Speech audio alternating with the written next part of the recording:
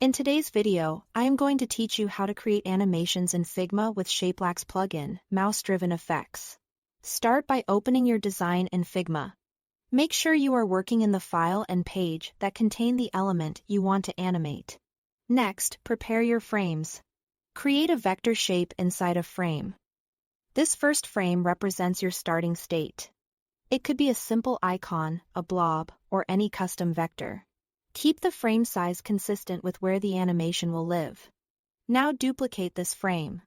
In the second frame, modify the vector's anchor points to reshape it, and if needed, adjust its colors or transparency. Think of this second frame as the end state or a variant that shows how the shape could morph. Subtle differences often look the most natural, so small anchor tweaks and gentle opacity changes usually work best. Now right. Click anywhere on the canvas, choose Plugins, select Manage Plugins, and search for the Shapelax plugin. Once you locate it, open the plugin so its interface appears. With the plugin ready, select the frames you just prepared.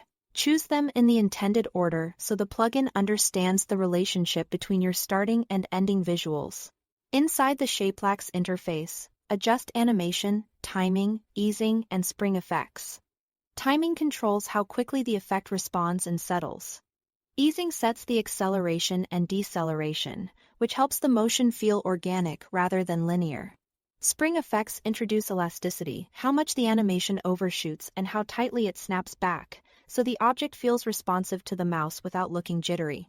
Since we're defining movement relative to mouse position, aim for a balance, enough sensitivity to feel alive, but not so much that it becomes distracting. Start with moderate values, preview, and nudge the sliders until the motion feels smooth and intentional. Use the built-in preview to test the animation. Move your mouse around and watch how the object reacts between the two frames. If something feels abrupt or sluggish, return to timing, easing, or spring settings and refine. When you are satisfied, it's time to export. From the plugin, export your interactive creation as a GIF, web, or SVG. Choose GIF for quick sharing and compatibility.